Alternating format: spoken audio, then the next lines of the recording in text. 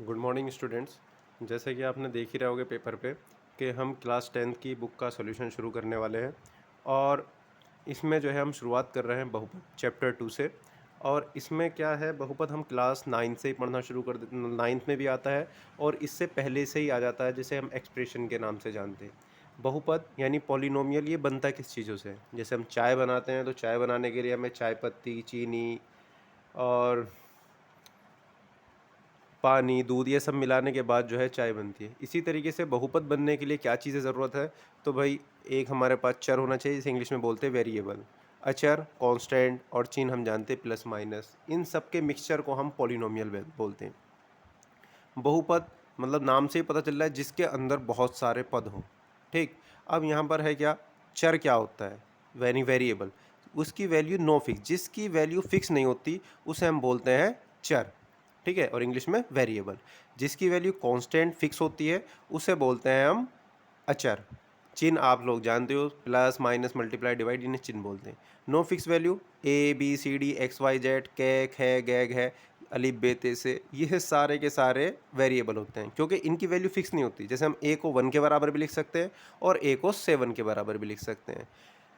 हम अगर real life का एग्जांपल ले तो उसमें होता है, जैसे कि अगर हम दुकान से केले लेने जाए इस टाइम पे, तो अगर मैं केले रामपुर से लूँगा, यूपी में है रामपुर, रामपुर से मैं लूँगा तो सपोज़ करो मुझे 60 रुपये दर्जन मिल रहा है।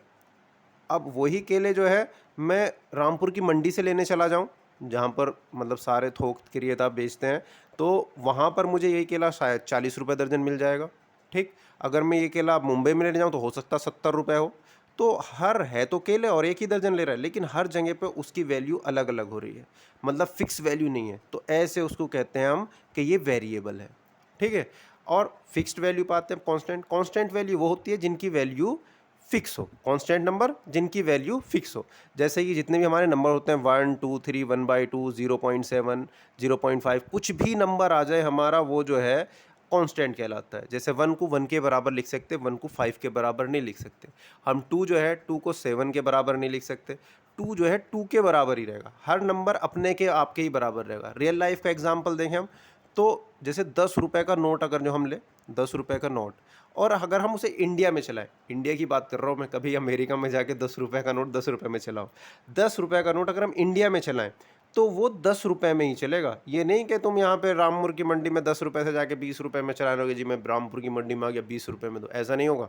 10 रुपए है तो 10 रुपए में ही चलेगा, तो उसकी वैल्यू फिक्स है। 10 रुपए का नोट 10 है तो 10 ही में ही मिलेगा, ऐसा नहीं कि ज़्यादा में चल जाए। तो ये कॉन्स्टेंट हो गया। अब इनके मिक्सचर से, जैसे हमने एक एग्जाम्पल लिख रखा है 2x + 5, ये जो है तुम्हारा बहुपद हो गया। 2x + 5 ये बहुपद। बहुपद, अब हम बहुपद तो जान गए, 2x है ये भी बहुपद होगा, x भी बहुपद होगा, 7 भी बहुपद होगा। लेकिन अब आते हैं, अगर जो हमसे पूछा जाता है क्लास 9th में जो हमने डेफिनेशन पढ़ी थी बहुपद की, बहुपद पॉलिनोमियल, इसे अगर जो, ये तो हमने समझ लिया कि किस किस चीज़ से मिलकर बनता है। अब बहुपद जो है कि इसमें जो है बहुपद में हमारा किस चीज़ को हम बहुपद कहेंगे, किसे हम बहुपद नहीं कहेंगे। नाम से पता चला जिसके अंदर बहुत सारे पद हो उसे बहुपद कहेंगे। पद जो अलग होते हैं वो प्लस और माइनस से अलग होते हैं। जैसे मैंने एग्जांपल लिख रखा है 2x + 5, तो इसमें कितने पद है? एक हो गया 2x और एक हो गया 5, तो ये 2 पद हो गया। इसे हम कहेंगे द्विपदीय बहुपद। द्विपदीय बहुपद। इससे पहले एक चीज़ और बताना चाहूँगा मैं आपको। बहुपद ज़्यादातर बच्चे कहते हैं कि बहुपद जिसमें वेरिएबल हो, कांस्टेंट हो, जैसे मैंने भी कहा, लेकिन इसमें एक कंडीशन होती है। कंडीशन क्या है कि बहुपद में जो है, जो हमारा चर होता है वेरिएबल, बहुपद में मतलब बहुपद वो होगा जिसमें चर, चर यानी वेरिएबल, इंग्लिश मीडियम वाले नोट कर लेंगे कि वेरिएबल, कि जिसमें चर की घात, घात मतलब बोले तो डिग्री, ठीक है, डिग्री पावर के डिग्री, जो बहुपद वो होगा जिसमें चर की घात होल नंबर हो। Whole number, whole number Hindi वाले तो पूर्ण संख्या। अब बताओ होल नंबर्स क्या होते हैं? पूर्ण संख्या क्या होती है? जो जीरो से हो, 0 1 2 3 4 एंड सो ऑन इनफाइनाइट तक जा रहा है। तो ऐसे हम ऐसे व्यंजक को बहुपद कहेंगे जिसमें जो है डिग्री जो है उसकी होल नंबर हो। फॉर एग्जांपल हमने लिखेंगे जैसे कि 3x² + 7 क्या बहुपद है जी? पावर जो है इसकी 2 हो रही है, तो हाँ जी है। अगर जो मैं एग्जांपल लिखूँ 3x⁻³ + 4 क्या ये बहुपद है? नहीं, ये बहुपद नहीं है। क्यों नहीं है? क्योंकि -3 जो है ये होल नंबर नहीं आ रहा है। ये जो है इसकी पावर क्या आ रही है? ये इंटीजर आ रही है, पूर्णांक। ठीक है, तो पूर्णांक आ रही है, इसका मतलब ये बहुपद नहीं है।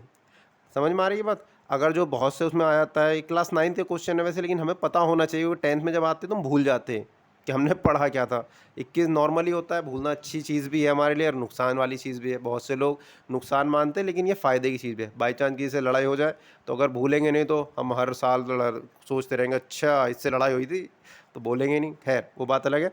तो भूलना अच्छी भी चीज़ है, लेकिन काम की चीज़ें याद रखनी चाहिए। 3x⁻² + -7 क्या ये बहुपद है? नहीं है, क्योंकि ये P/Q की फॉर्म में आ गया हमारा, तो ये भी बहुपद नहीं है। समझ गए? तो इसका मतलब आपको समझ में आ गया बहुपद किसे कहते हैं। अब आते हैं बहुपद कितने टाइप के होते हैं। हालांकि हमारे 10th में ये नहीं पढ़ना, लेकिन फिर भी हमें ये नॉलेज के तौर पे पता होना चाहिए कि बहुपद कहते किसे हैं। मतलब बहुपद कितने टाइप के होते हैं, सॉरी, टाइप्स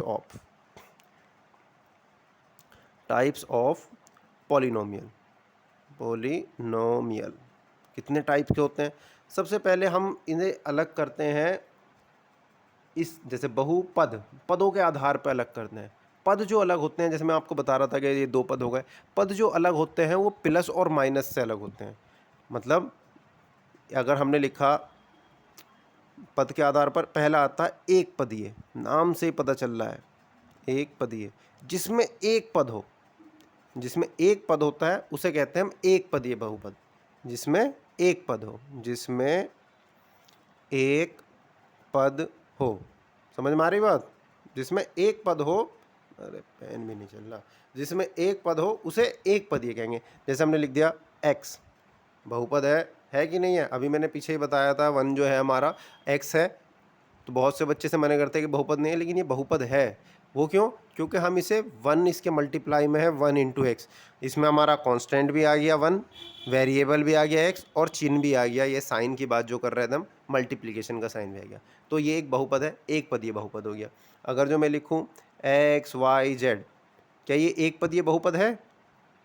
ये भी है, क्योंकि मैंने बताया पद अलग होंगे प्लस और माइनस से।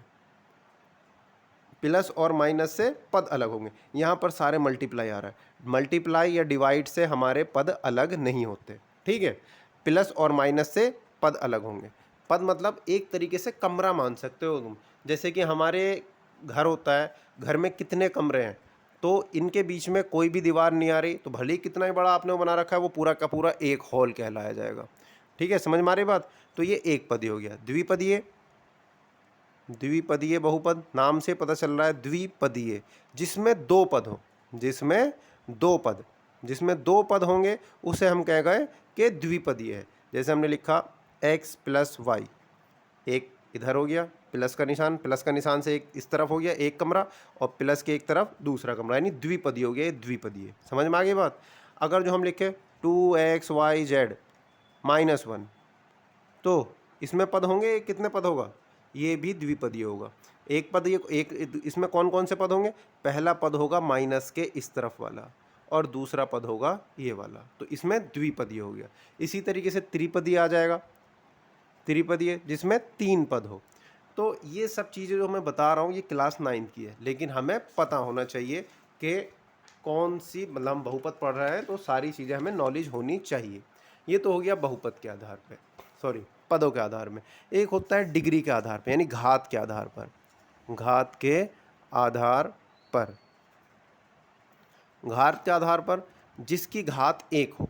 सपोज करो, जैसे हमने ही पहले लिखे सबकी घात, वैसे तो एक ही लिख रहे हैं हम, लेकिन जैसे एक घातीय, एक घातीय बहुपद। एक घातीय मतलब इंग्लिश में बोलेंगे linear polynomial. Linear polynomial, linear polynomial जिसकी एक घात हो उसे हम बोलेंगे एक घातीय बहुपद, यानी जिसकी डिग्री 1 हो। अब जैसे हमने लिख दिया 2x प्लस 7। इसमें हमें टर्म्स से पता नहीं है, टर्म्स कितनी भी हो जाए, y भी लिख दो, z भी लिख दो, 2w भी लिख दो, तो ये सब की पावर 1 1 आ रही है। तो ये जो है एक पदीय बहुपद हो गया हमारा, एक घातीय। ठीक है, द्विघातीय, द्विघातीय, द्विघातीय इंग्लिश में बोलते हैं इसे क्वाड्रेटिक। क्या बोलते हैं? Quadratic, quadratic polynomial, polynomial. तो क्वाड्रेटिक पॉलिनोमियल किसे कहेंगे? जिसमें दो घात हो, डिग्री जिसकी डिग्री इज इक्वल टू 2, जिसकी डिग्री 2 होगी, घात 2 होगी, उसे क्वाड्रेटिक पॉलिनोमियल कहेंगे। मतलब ये हुआ कि जैसे हमने लिखा 2x square minus 7x plus 4, इसमें मैक्सिमम डिग्री हमारी 2 आ रही है, तो ये हो गया इसकी जो है द्विघातीय पॉलिनोमियल बोलेंगे हम इसे। हमारा ज़्यादा काम जो होगा इस चैप्टर में वो क्वाड्रेटिक पॉलिनोमियल में ही होगा, घात 2 वाले में। इसी पे ही हम चैप्टर जब क्लास 10 का भी एक्सरसाइज शुरू करेंगे तो ज़्यादातर काम हमारा डिग्री 2 पर होगा। उसके बाद होता है त्रिघातीय। त्रिघातीय इसे इंग्लिश में बोलते हैं cubic, cubic polynomial, polynomial cubic, cubic जिसमें मतलब डिग्री कितनी होनी चाहिए इसकी? डिग्री इज इक्वल टू 3, जिसकी डिग्री 3 होगी उसे हम बोले क्यूबिक पॉलिनोमियल। जैसे एग्जांपल लिख देते हैं हम 4x की power 3 minus 2x square plus 7, तो ये क्यूबिक पॉलिनोमियल क्योंकि इसकी डिग्री 3 हो रही है। अब इसमें बात आती है कि डिग्री का मीनिंग क्या हो रहा है। डिग्री देखो, डिग्री जो है हमारी, अब आप बोलोगे यहाँ पे डिग्री 1 भी आ रही है, 2 ही क्यों मांगी? तो डिग्री का मतलब होता है किसी भी पॉलिनोमियल में सबसे ज़्यादा घात, जो उस पॉलिनोमियल की सबसे बड़ी घात होगी वो कहलाती है पॉलिनोमियल की डिग्री। जैसे मैं एग्जांपल लिखूं 2x की power 7 minus 4x square minus 1, तो इसकी डिग्री कितनी होगी? सबसे ज़्यादा पावर है 7, 7 है ना, तो इसकी डिग्री हो गई हमारी, डिग्री इज इक्वल टू 7। एक अच्छी बात और एक काम की बात वो बताता हूँ मैं, ये यहाँ पर जो है डिग्री जिसकी जितनी होती है उसके उतनी ही वैल्यू निकलती है। मतलब अगर हम इस बहुपद के मूल निकालने लगे, जीरोस निकालने, जो भी आगे हम निकालेंगे, तो इसकी पावर 7 है, तो यहाँ पे नंबर ऑफ जीरोस जो है हमारे, नंबर ऑफ जीरोस वो होंगे 7। नंबर ऑफ जीरोस उतने ही होते हैं जितनी डिग्री होती है पॉलिनोमियल की। मतलब number of zeros, zeros Hindi में बोलते हैं इसे मूल, और इंग्लिश में इसे रूट्स भी कहते हैं। तो नंबर ऑफ जीरोस, रूट्स और मूल ये होता है equal two degree of polynomial, degree of polynomial.